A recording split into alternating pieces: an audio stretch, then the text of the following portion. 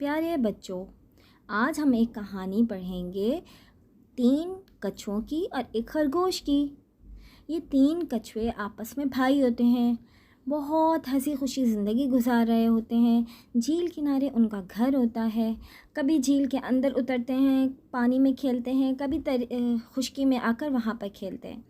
آپس میں ایک دن بیٹھے بات چیت کر رہے تھے۔ بھائی نے کہا کہ وہ قصہ یاد ہے جب خرگوش نے ہمیں پچھاڑا تھا؟ تو ان میں سے ایک بھائی نے کہا کہ اب اگر خرگوش ملے گا تو اس کو ضرور مزہ چکھائیں گے۔ اتفاق سے بڑے والے بھائی کو خرگوش مل جاتا ہے اور وہ اس سے بات چیت کرنا شروع کرتا ہے، حال احوال پوچھتا ہے۔ تو خرگوش اس کا بہت مذاق اڑاتا ہے۔ وہ کہتا ہے، ارے تم کیسے ہو چھوٹے سے ننھے سے کیڑے سے، تم اپنے اوپر اتنا وزن اٹھا کے پتھر اٹھا کے گھومتے رہتے ہو۔ تو کچھوا کہتے ہیں، دیکھو مجھے تم ایسا مت کہو۔ وہ کہتے ہیں، دیکھو تم یہ تو مانتے ہو نا کہ تم ہمیشہ مجھ سے دوڑ میں ہار جاتے ہو۔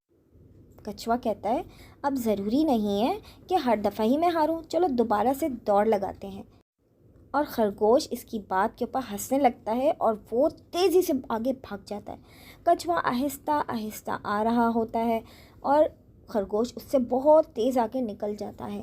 یہ لوگ اسی طرح سے ابھی دوڑ لگا رہے ہوتے ہیں کہ ایک دم خرگوش دیکھتا ہے کہ کچھوا مجھ سے آگے کیسے نکل گیا۔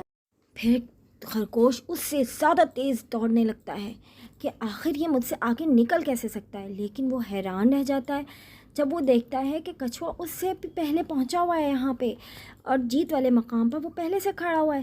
تو خرگوش حیران رہ جاتا ہے۔ خرگوش اپنی ہار مان لیتا ہے اور کہتا ہے کہ ٹھیک ہے، میں مانتا ہوں کہ میں ہار گیا ہوں، اور شرمندگی والا منہ لے کر اپنے گھر کو روانہ ہو جاتا ہے اور اس سے معافی بھی مانگ لیتا ہے۔ پیارے بچوں، کیا آپ کو معلوم ہے کہ آخر کچھوا جیتا کیسے؟ اصل میں تینوں کچھوے بھائیوں نے مل کر ایک ترکیب سوچی تھی کہ اس بار ہم خرگوش میاں کو سبق ضرور سکھائیں گے۔ تو پیارے بچوں، تینوں کچھووں نے آپس میں یہ طے کر لیا تھا کہ ہم نے کیا کیا کام کرنا ہے۔